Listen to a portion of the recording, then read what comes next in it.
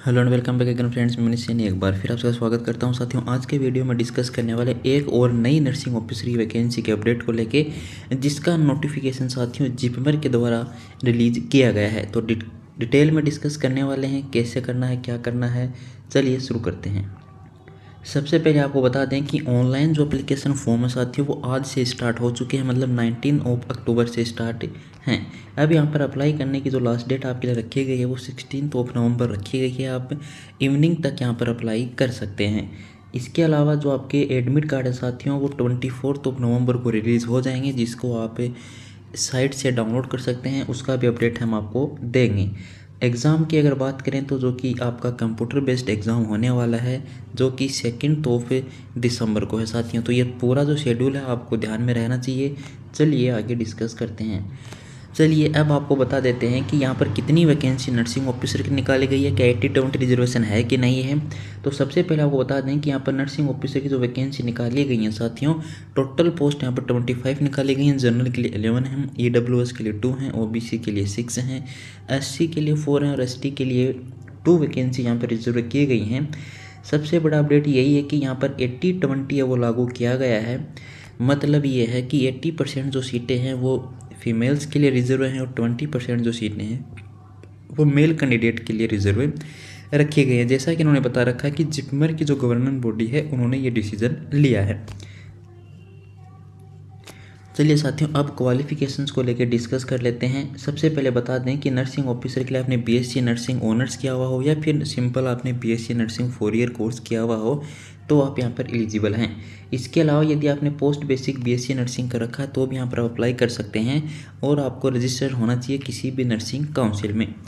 इसके अलावा GNM candidate भी यहाँ पर अप्लाई कर सकते हैं, लेकिन उनको यहाँ पर 2 ईयर का एक्सपीरियंस चाहिएगा, मिनिमम 50 बेडेड हॉस्पिटल का। तो ये आप थोड़ा ध्यान में रखिए। और जो बेडेड हॉस्पिटल है साथियों, वो आपका जो एक्सपीरियंस है वो आफ्टर आपकी एजुकेशन क्वालिफिकेशन के बाद का मान्य होने वाला है। सैलरी की अगर बात करें साथियों, तो वही आपको 75-78 के समथिंग यहाँ पर सैलरी मिलने वाली है। अब देखिए यहाँ पर आपका जो ग्रेड पे है वो साथियों 7 किया गया है और आपकी जो बेसिक है वो 44,900 रुपये रहने वाली है।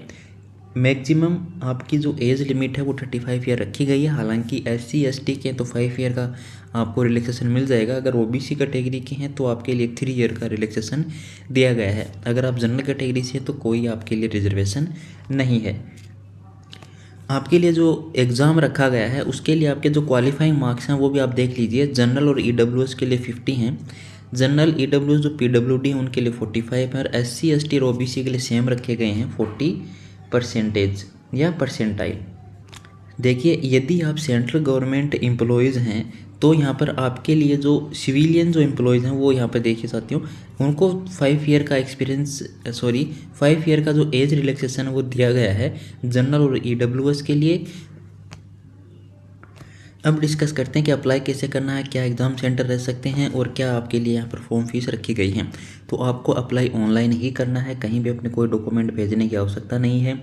एप्लीकेशन अगर फ़ीस की बात करें तो जनरल और EWS के लिए यहाँ पर जो फ़ीस रखी गई है वो 1500 रुपये रखी गई है, प्लस ट्रांजैक्शन चार्जेस आपको देने हैं। OBC के लिए भी सेम फीस रखी गई है, लेकिन SC और ST कैंडिडेट के लिए यहाँ पर केवल और केवल 1200 रुपये फ़ीस प्लस ट्रांजैक्शन चार्जेस हैं। PWD कैंडिडेट के लिए यहाँ पर कोई फॉर्म जो फीस है वो नहीं रखी गई है। यहाँ पर एक बात ध्यान देने योग्य है कि जब भी आप अपना फ़ोटो अपलोड करेंगे तब वहाँ पर आपका फ़ोटो पर नाम भी होना चाहिए और वो फ़ोटो आपने किस डेट को ली है आप वो भी यहाँ पर मेंशन करने वाले हैं। हालांकि आप अपनी पुरानी फ़ोटो पर भी डेट और नाम लगा सकते हैं। ये आप जब ऑनलाइन एप्लीकेशन फॉर्म भरने जाएंगे तब एडिट कर सकते हैं। इसके अलावा कौन कौन से डॉक्यूमेंट यहाँ पर आपको अपलोड करने हैं ये आप देख लीजिए साथियों। आपका जो भी कैटेगरी सर्टिफिकेट है अगर आप पे अप्लाई तो आपको देना पड़ेगा। NOC अगर आप कहीं और वर्क कर रहे हैं तो आपको देना पड़ेगा। इसके अलावा कोई एक्सपीरियंस सर्टिफिकेट है आपका GNM कैंडिडेट वालों के लिए तो वो भी आपको यहाँ पर at a time application form भरते टाइम ही लगाना होगा।